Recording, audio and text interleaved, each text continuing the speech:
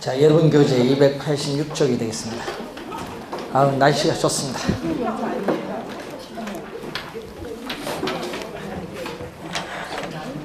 자, 부동산 이용 보겠습니다.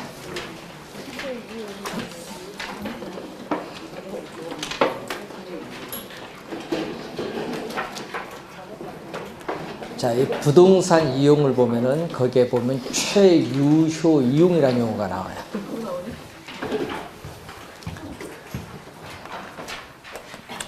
자, 여러분이 일반 상품에는 우리가 적용되지 않고 우리 부동산에만 나타나는 용어예요. 부동산에만.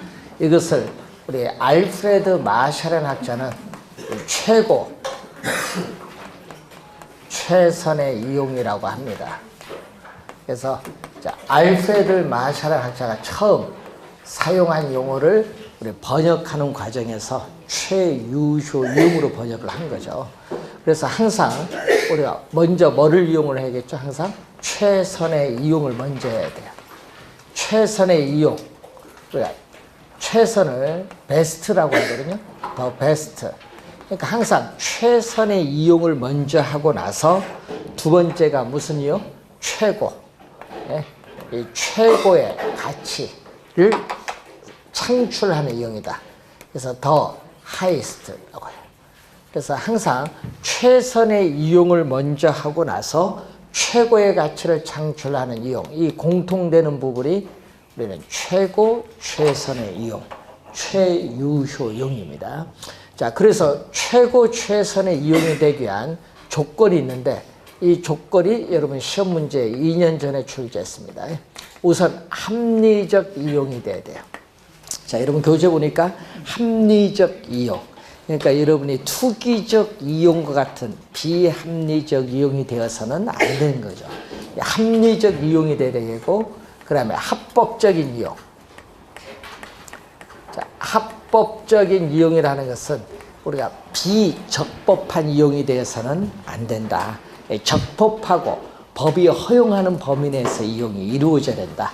자, 그리고 토지의 지질이나 지세, 등을 봐서 설계 시공을 할 수 있느냐. 이걸 우린 뭐라고 하냐면 물리적 측면에서의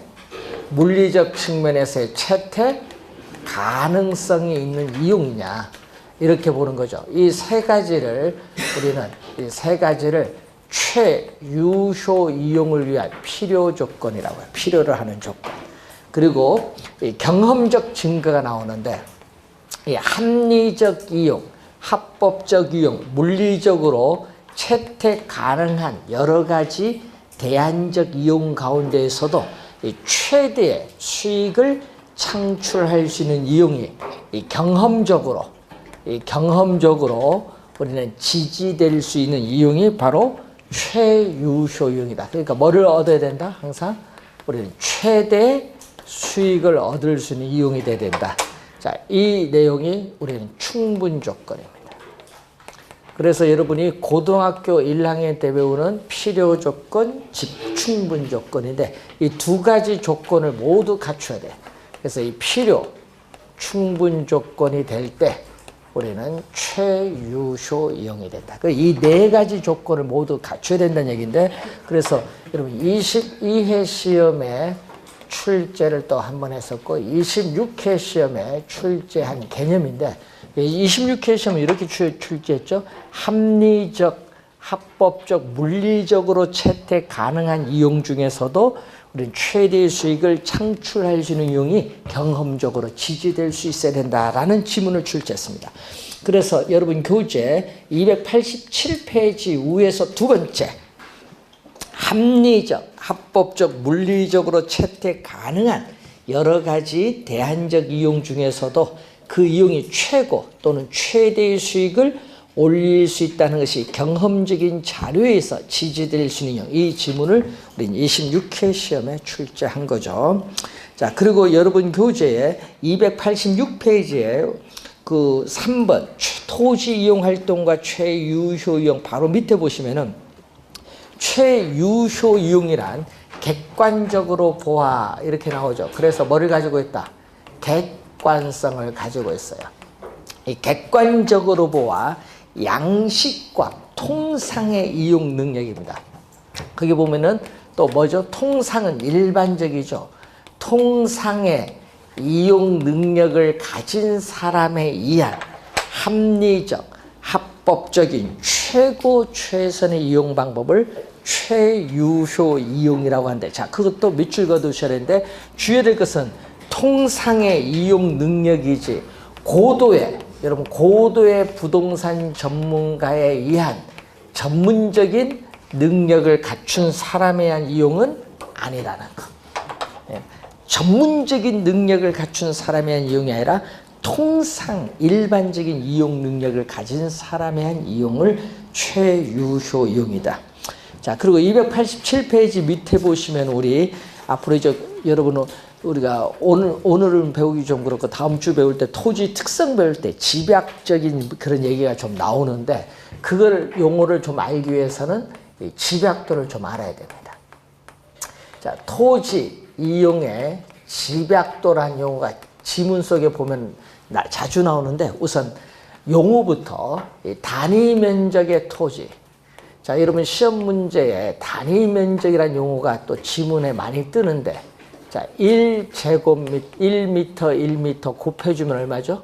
1제곱미터인데, 이 1제곱미터가 단위 면적이에요. 그래서 여러분 꼭 기억해야 됩니다. 단위 면적이라는 용어가 나오면은 1제곱미터다. 그럼 이 단위 면적 토지에 대해서 투입되는, 이 단위 면적 토지에 대해서 투입되는 이 노동과 자본의 상대적 크기, 상대적이라는 것은 분수식으로 간다는 얘기예요. 이 단위 면적 토지에 대해서 투입되는 노동과 자본의 상대적 크기를 집약도라고 해요. 집약도. 그래서 여러분 토지가 있는데, 이 토지가 비싸면은 토지는 많이 이용 못해요. 뭐를 이용 많이 해야 돼? 노동 자본을 많이 투입해서 건물을 고층화시켜야 되는데, 이것을 우리는 집약도가 높다고 해요. 토지 이용의 집약도가 높은 토지용은 주로 도시에서 나타나는 토지용으로서 집약적 토지 이용이라고 해요. 집약적 토지용. 자, 그런데 이 토지 이용의 집약도가 낮다. 이 말은 주로 어떻게 돼요? 토지를 많이 이용을 하고 노동 자본은 적게 투입하는 거거든요. 농촌이야.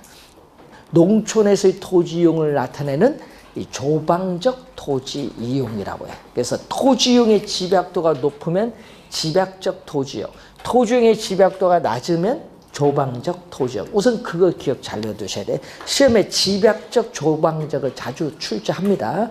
용어 좀 기억을 좀 해두시고.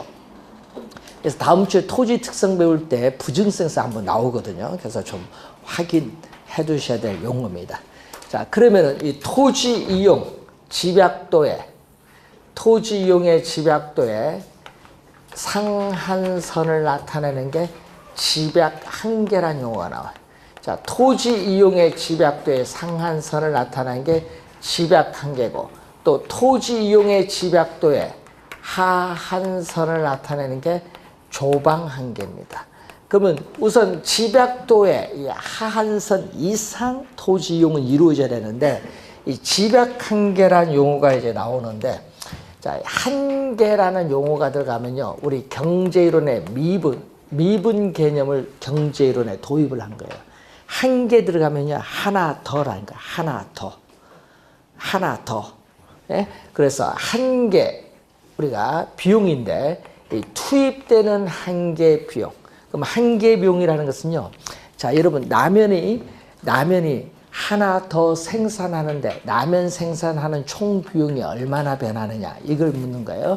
상품을 하나 더 생산하는데 그 상품을 생산하는 총 비용이 얼마만큼 변화하는가, 이게 한계 비용이고, 또 시장에서 또 상품을 또 뭐죠? 하나 더 판매한다. 시장에서 상품을 하나 더 판매하는데 기업의 총 수입은 또 얼마나 더 변하는가, 그걸 한계 수입입니다. 그래서 이 한계 비용과 한계 수입이 서로 뭐 할 때까지? 같을 때까지 추가로 투입하는 집약도를 집약 한계인데, 자, 요 두 개가 같을 때를 우리는 전문 용어로 이윤 극대화다. 그러니까 토지 이용에 있어서 이윤을 극대화시켜주는 수준, 이윤 극대화시켜주는 수준의 집약도인데 이 이윤이 극대화될 때 우리는 토지 이용은 뭐가 돼? 무슨 상태? 최유효 이용의 상태다. 토지 이용이 최유효 이용의 상태에 있는 집약도가 바로 집약한계죠. 용어 좀 어려워요. 집약한계.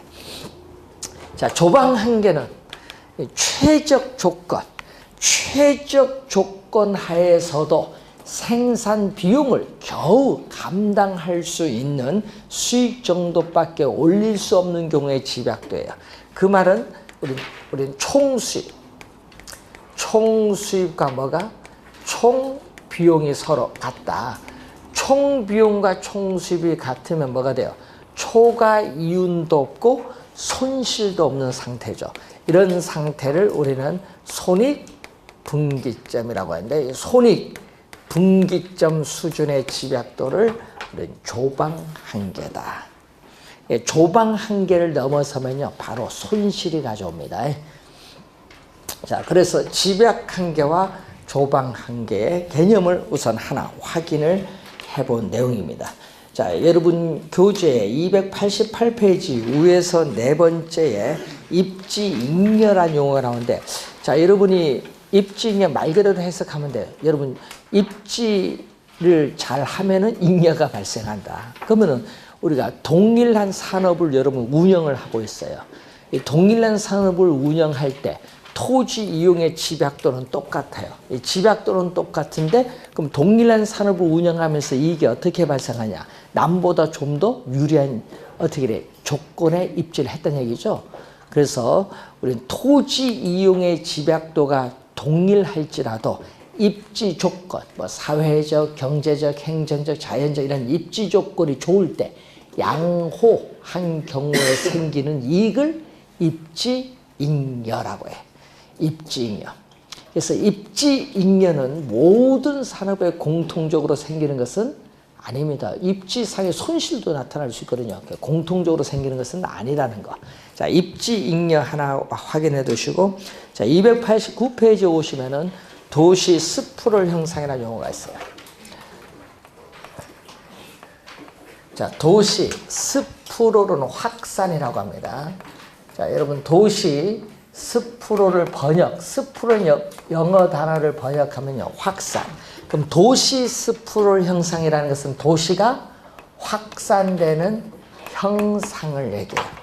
자, 그럼 이 용어가 좀 어렵거든요. 이 용어가 쉬운 용어는 아닌데, 도시의 성장 개발이 질서정연한 개발이 아닙니다. 무질서한 개발이고, 또 여러분이 계획적인 개발이 아니라 무계획적이라는 것은 결국 그때 필요에 따라 주먹구구식 개발이 이루어진다는 거죠.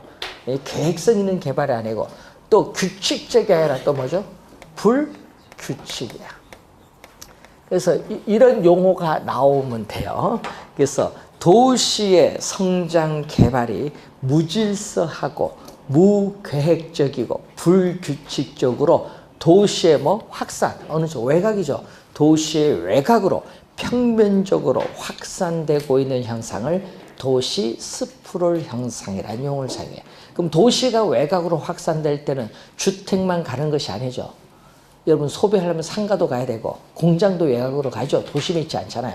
그래서 이 도시 스프롤 형상은 주거지역뿐만 아니라 상업지역, 공업지역에서도 발생하는 현상이다. 그럼 도심에서는 땅 가격이 비싸요. 비싸니까 건물을 뭐 해야 돼? 고층화해야 되는데, 문제는 정부는 뭐 한다? 고층화되는 걸 막아버리죠. 규제를 할 거 아니야, 용적률. 규제를 해버려요. 그러니까 가격은 비싼데 고층화가 안 되니까 수익이 떨어질 수밖에 없지. 그러니까 어떻게 돼? 외곽으로, 집가가 싼 외곽으로 갈 수밖에 없어. 그래서 토지의 최유효 이용으로부터 괴리, 벗어나고 있기 때문에 나타나는 대표적인 현상이 도시 스프롤 형상입니다. 자, 그럼 도시가 외곽으로 확산이 되는데 무질서하게 가면요, 뭐가 나타나는지 아세요? 도시 스프롤 형상의 결과 무질서하게 외곽으로 확산되면 난개발을 초래해요. 난개발. 그럼 난개발을 방지하기 위해서는 도시가 외곽으로 무질서하게 확산되는 걸 막아야 돼. 그래서 여러분이 그래서 우리 정책 이론에서 배우는 용어 중에 하나가 개발 제한 구역, 그린벨트. 여러분 그린벨트 공법에서 배울 때 그린벨트 개발 제한 구역 배우잖아요. 그러면 이 개발 제한 구역에 지정하는 목적이 뭐예요? 개발 제한 구역, 개발 못하게 만들기 위해서 지정을 하는데 목적이 뭐예요? 이런 거 시험에 내잖아요. 지정하는 목적. 뭐죠? 도시의 외곽으로의 무질서한 확산, 팽창을 뭐 하기 위해서? 방지하기 위해서 그린벨트를 지정하는 거예요. 그러면 이것도 도시 스프롤 형상으로 난개발 나타나니까 난개발 방지하기 위해서 뭐를 지정하면 돼? 개발 제한구역을 지정하는 것이 좋다는 거예요. 예? 그런데 우리나라는 툭 하면 개발 제한구역 지정하는 걸 뭐 해야 돼? 풀려고 하지. 서울 수도권은 계속 지정해놔야 돼요.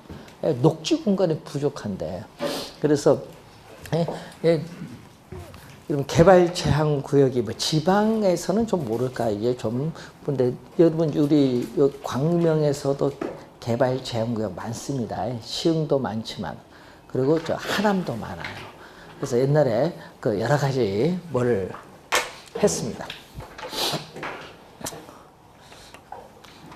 자, 광명도 많이 개발됐죠. 옛날에 비해서. 광명 이제 2000년 개발할 때 그때 이 시청 직원이 묻더라고요. 이걸 어떻게 하면은 토지를 수용해서 개발하면은 저희들이 잘했다고 소문납니까? 방법을 가르쳐 줬더니 그게 가능하냐고. 가능하셔 뭐 이렇게 했더니 그걸 그대로 그 다음에 하남시에서 써먹대. 예? 풍산지구 개발하면서. 그러니까 여러분이 모두 개발하는 것도 방법이 있어야 돼. 예? 뭘 한다? 시청에서는 뭘 해야 돼? 어떻게 하면은 예산을 적게 해서 개발을 합리적으로 할 거예요. 그게 중요한 거지 뭐. 그걸 여러분한테 얘기하면은 여러분은 반대로 어떻게 최대로 보상을 받아서 뭐 이러건데 그게 서로 상충되잖아요. 입장이. 네. 제가 그때 광명을 강의했으면 가르쳐 줄 건데. 그래서 요즘에 이제 개발이 쉽진 않아요. 옛날에 비해서. 자, 우선은 스프롤 형상인데 스프롤 형상의 지가, 토지 가격은 그럼 못해요. 스프롤 형상의 지가의 수준은 지역의 특성에 따라 지역마다 동일한 것이 아니라 다릅니다. 다른데 일반적으로는 표준적 수준 이하를 말해요. 표준적 수준 이하. 그런데 밀도라는 게 있거든요. 그 밀도, 여러분 개발 밀도는 가 있는데 이 밀도를 보면은 우리는 합리적 토지 이용의 밀도 수준 이하입니다. 그래서 합리적 우리가 수준 이하를 일반적으로 나타냅니다. 그럼 도시 스프롤 형상의 유형을 보면요. 우선은 우리는 고밀도입니다. 우리나라는 고밀도 연쇄 개발 방식이 있어요. 자, 고밀도라는 건요.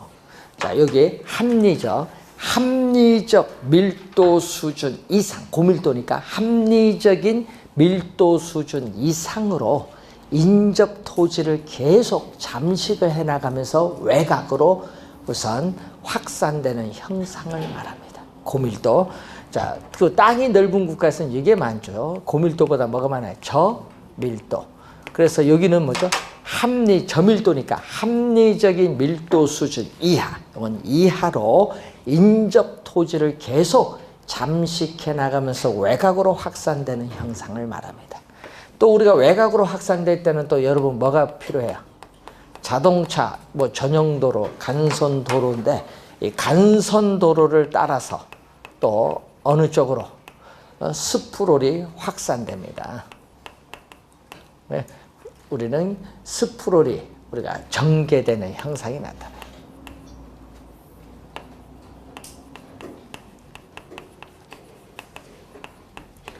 그러니까 여러분이 우리 자동차 전용도로인 간선도로가 생기면요. 그 도로를 따라서 여러분 주거지나 상업지가 뭐 외곽으로 뭐가 돼? 확산이 된다는 얘기지. 그래서 우리 뭐 서부 간선도로, 동부 간선도로 많이 나오잖아요. 자, 그리고 또 뭐가 있냐 하면은 이렇게 갑니다. 개구리가 이렇게 뛰는 것처럼, 개구리가 뛰는 것처럼 도시 중간중간에 빈 공지를 남기면서 외곽으로 확산되는 형상. 3호선 전철 가면 그런 현상이 많이 나타나. 일상 가는 길에 보면은 그걸 우리는 전문용어로 개구리 뜀뛰기 개발, 개구리 뜀뛰기 개발이라고. 자, 도시 우리가 스프롤의 유형이 대표적으로 4가지가 있고요. 그럼 스프롤 형상을 방지하기 위해서는 우리 법적으로는 개발 제한 구역을 지정하든지 아니면은 뭐 20, 30년 미래 장기적인 계획을 세워서 도시 개발을 하는 것이 바람직하다, 이런 얘기죠. 자, 그런 내용이 이제 나와 있습니다. 자, 여러분 교재 291페이지에 부동산 개발이 나옵니다. 자, 이 개발은 공간입니다. 부동산은 3차원의 공간이기 때문에 부동산 개발이라고 한다면은 공간 개발을 말합니다. 그래서 공간 개발인데 거기에 월포드라는 학자가 나오죠. 토지에 뭐 건축물과 같은 이 개량물을 생산하기 위하여 토지, 노동, 자본 및 기업가적인 우리가 경영, 능력의 결합 과정을 우리는 바로 부동산 개발이라고 합니다. 자, 그리고 또 부동산 개발은 사회적인 수요와 또 환경의 변화에 따르는 이 토지의 최유효 이용을 위한 시장의 적응 과정을 부동산 개발이라고 합니다. 부동산 개발의 개념이 이렇게 여러 가지가 있습니다. 그래서 3, 4, 5는 여러분 교재에 있는 내용을 배우고요. 이제 5, 6월 달 넘어가면은 이제 교재 바깥에 있는 개념도 배워야 되는데, 그럼 시험 문제는 우리 교재 개념을 출제하느냐? 안 하죠. 출제 운도도 짱구가 안 해요. 교재 내용 출제 안 해요. 개발 개념. 뭘로? 개발 교재 없는 내용을 집어들어와. 그럼 이제 여러분이 안 봤으면 어려워지는 거죠. 그래서 어디서 나온다? 부동산 개발업의 육성 및 관리에 관한 법률의 개발 개념을 쫙 들어옵니다. 그래서 우리가 부동산 개발의 개념, 뭐 부동산 개발업의 개념, 부동산 공급의 개념, 이런 개념들이 시험에 법 용어가 들어옵니다. 우리 법률상 용어가 개론에 좀 자주 출제해요. 자, 우선 개발 주체로 갑니다. 개발 주체 보면요, 공공개발 주체를 제1섹터라는 말 써요. 제1섹터, 정부, 지방자치단체, 공사부문에 의한 개발입니다. 자, 민간개발 주체를 제2섹터라고 하고요. 우리는 토지 소유자 개인이나 조합, 주택건설 사업자의 개발입니다. 그리고 제3섹터라는 용어가 나오는데, 제3섹터는 이 공공개발 주체는 인허가를 담당하고요. 민간개발 주체는 뭐죠? 개발 자금을 조달해서 민관 공동으로 개발하는 방식을 제3섹터라는 용어를 사용합니다. 그래서 이 민간 자금을 조달해서 개발하는 방식은 뒤에서 우선 하나 또 보도록 하겠습니다. 자, 부동산 개발 과정에 또 누구 얘기죠? 월포드 얘기가 나오는데, 이 월포드 얘기는 시험 문제에 우리는 출제 1순위야. 이제 3가지를 배울 텐데, 자, 첫 번째 우리가 배우는 내용이 부동산 개발 과정. 부동산 개발 과정에 몇 단계 나오죠? 7단계가 나온다. 순서를 묻는 건 12회 시험과 26회 2번 출제를 해서 순서를. 자, 그 순서는 출제를 2년 전에도 했기 때문에 앞으로 시험은 뭐 안에 있는 내용에서 묻겠죠. 자, 우선 첫 번째가 구상 아이디어 단계입니다. 여러분 개발하려는데 생각을 해야 될 거예요. 여러분 어떤 개발할 거냐 생각을 좀 해야 돼. 어떠한 형태의 개발을 추진할 것인가. 또 그 개발된 공간을 어디에 배치, 활용할 것인가. 뭐 이런 것을 여러분 구상을 좀 해야 돼요. 그런 다음 두 번째가 이제 나오는 단계가 예비적 타당성 분석 단계입니다. 자, 예비적 타당성 분석 단계인데, 자, 예비가 들어갔거든요. 예비가 들어갔다는 것은 아직 개발하기 전입니다. 실제 개발하기 전 개발을 한다고 예상을 하는 거예요. 예비니까. 예상을 했을 경우에 그 개발 사업으로부터 미래에 예상되는 현금 수입, 또 미래에 예상되는 현금 지출, 비용을 계략적으로 계산해요. 그러니까 여러분이 가끔 있죠. 나 뭐 하고 싶은데 수입은 얼마 올 거고 나가는 돈은 얼마 나갈 거냐. 미리 계산해보죠, 여러분. 그런 걸 얘기하는 건데, 그러니까 뭐죠? 정밀하게 분석하는 것이 아니라 뭐죠? 계략적으로 계산, 추계를 해서 사전에 미리 수익성이 있느냐 없느냐, 수익성을 사전에 미리 검토해보는 단계를 예비적 타당성 분석 단계입니다. 그래서 시험 문제에 우리가 3번 우리가 출제를 한 내용이 바로 예비적 타당성 분석 단계죠. 자, 그럼 예비적 타당성 분석에서 이제 타당성이 있으면 이제 뭐가 돼야 돼? 개발해야 되니까. 개발하기 위해서 뭐가 필요해요? 땅이 필요해요. 그래서 적정한 부지를 모색하고 확보하는 단계, 부지 구입 단계가 3번째. 이제 부지를 구입을 했으니 이제 4번째는 뭘 해야 돼? 이제 예비적이 아니죠. 이제 실제 분석을 해야 되니까. 이제 정밀하게 실제 분석을 해야 돼요. 자, 여러분 개발 사업을 하는데 법률적으로 용도, 지역, 지구제 확인해야겠죠. 예? 그래서 우리는 타당성 분석, 법률적 측면에서의 타당성을 우리가 분석하고 또 토지의 지질, 지세, 지반 등의 상태를 보고 우리는 설계 시공 가능한가, 물리적인 채택 가능성, 기술적 측면을 또 봐야 돼요. 그리고 또 경제적 측면에서 개발 사업으로 인한 수입이 지출인 비용보다 큰가, 작은가, 이걸 분석해야죠. 그래서 법률적 타당성 분석, 기술적 타당성 분석을 하고 최종적으로 경제적 타당성 분석이 중요합니다. 여러분 수입보다 비용이 많으면 개발 사업을 추진하기가 어렵죠. 그래서 경제적 타당성 분석이 가장 중요한데 시험에 2번 출제된 지문이 있어요. 그 2번 출제된 지문이 색깔 나오죠. 자, 타당성 분석의 결과가 비록 동일하다고 할지라도 예?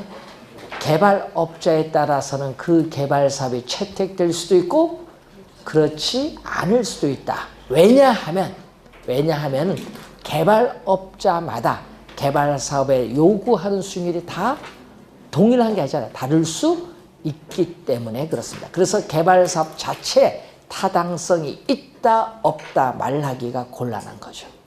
자, 아까 그 색깔 있는 지문이 2번 출제됐어요. 자, 그러면 타당성 분석에서 박스에 뭐가 가장 중요하다?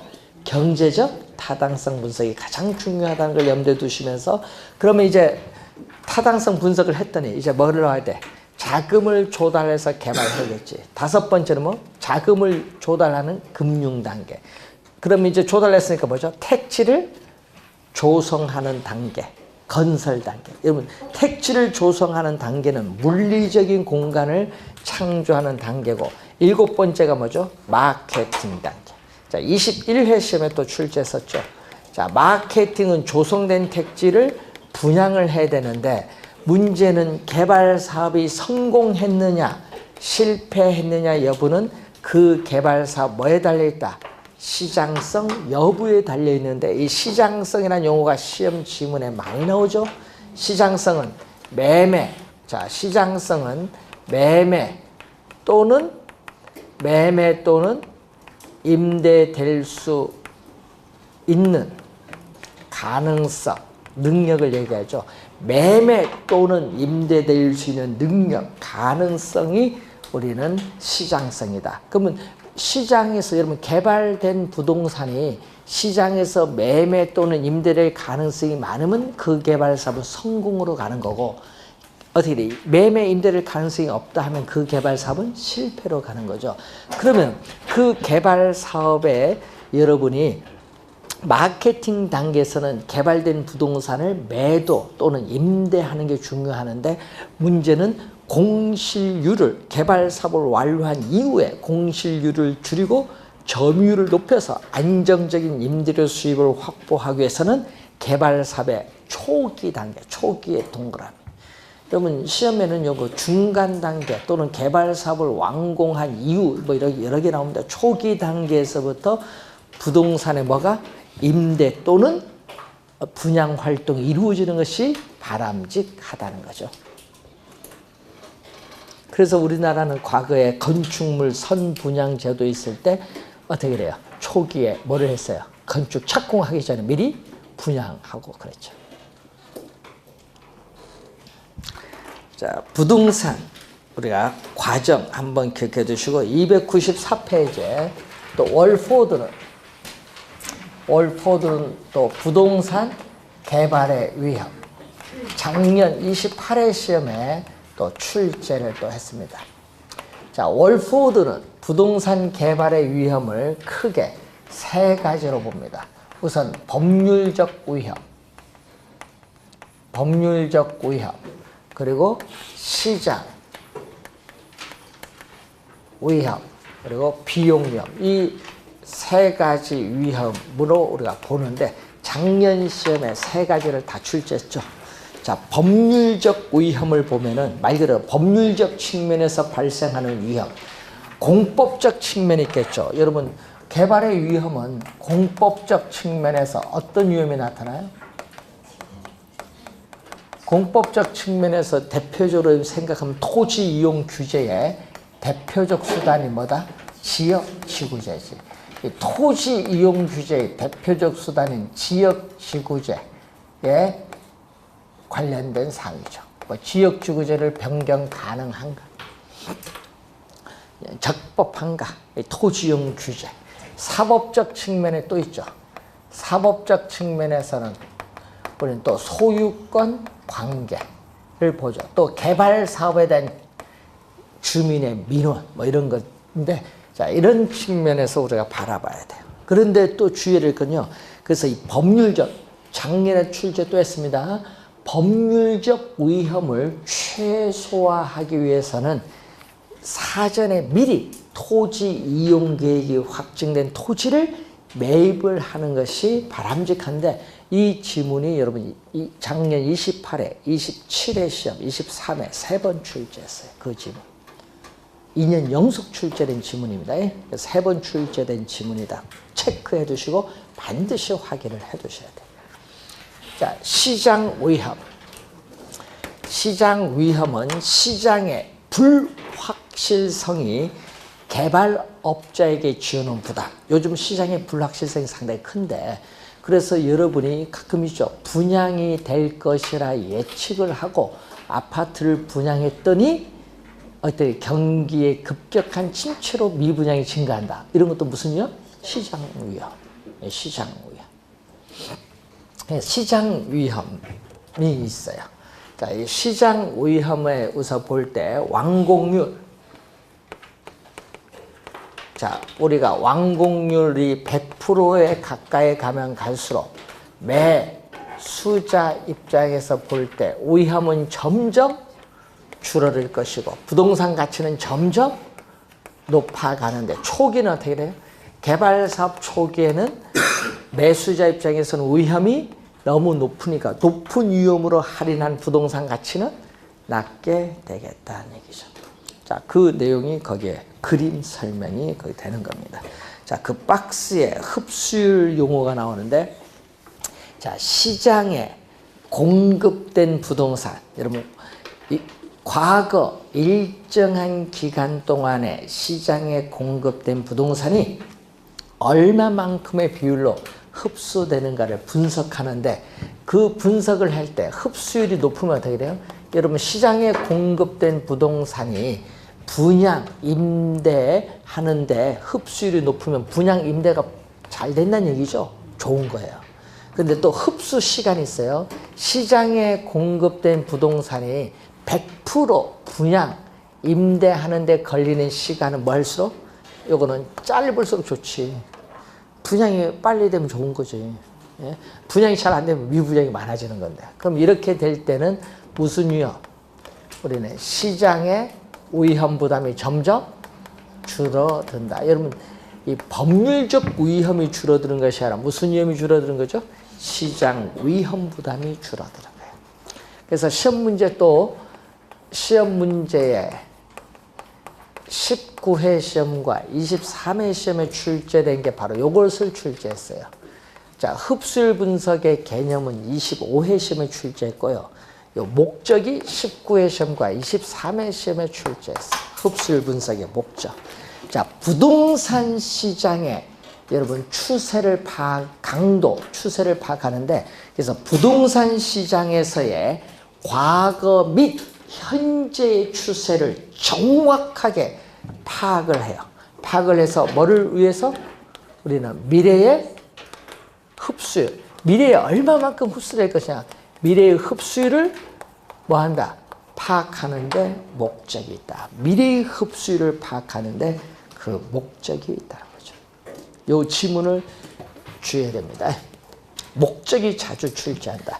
그리고 비용 위험이라는 것은, 자, 비용 위험은 개발 기간이 길어지면 길어질수록, 인플레이션이 발생할수록 우리 건축비가 추가로 어떻게 돼요? 발생할 가능성이 크죠.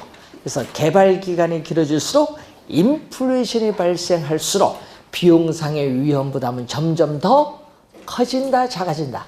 네, 커진다. 그 지문을 또 많이 출제하는 거예요. 자, 세 가지 위험이 있고, 자, 월포드는 또 부동산. 그럼 부동산 개발은 미래의 불확실성으로 인해서 위험이라는 요소가 항상 내포되어 있기 때문에 그 개발을 하는 것이 좋은가, 안 하는 것이 좋은가, 타당성을 분석을 또 해야 돼요. 이 개발의 타당성 분석. 자, 월포드의 또 견해죠. 이 세 가지 견해를 시험 지문에 많이 출제했는데, 시험에 낼 때는 올해 잘하면 박스로 낼 수도 있어요. 박스에서 보기 5개 들어가서 개발에 관련된 설명 옳은 것으로 묶는 걸 출제를 많이 합니다. 자, 우선 개발의 타당성 분석에서, 분석에 있어서 체계, 유형 체계가 거기에 나오고 있는데, 여러분 교재에 나온 얘기가 299페이지 나오죠. 부동산 분석의 유형과 계층 체계가 나옵니다. 자, 먼저 나오는 게 지역 경제 분석이죠. 자, 지역 경제 분석을 보면은, 말 그대로 지역의 경제를 분석한다. 즉, 분석 대상 지역에, 분석 대상 지역, 광명이라 하면 광명에 뭐가 있어요? 고용, 소득, 주민들의 소득, 예? 그다음에 이런 거. 예? 그래서 총량적 지표는 분석 대상 지역의 인구는 어떠한가, 고용은 어떠한가, 소득은 어떠한가, 이런 총량적 지표를 가지고 분석을 해요. 분석을 해서 우리는 뭐죠? 분석 대상 지역의 모든, 자, 분석 대상 지역의 모든 부동산의 수요, 모든 부동산의 수요와 시장에 영향을 미치는 요인을 분석, 확인, 예측하는 작업으로서 거시적 넓은 의미의 분석하는 게 바로 무슨 분석? 지역 경제 분석. 자, 그럼 지역 경제 분석이거든요. 그러니까 여러분 그 지역의 전체 경제를 분석해서 그 다음에 이걸 토대로 해서 두 번째 무슨 분석이 이루어진다? 시장 분석이 이루어져. 시장 분석. 자, 시장 분석이 이루어지는데, 자, 시장 분석은 모든이 아니라 여기는 뭐다? 특정.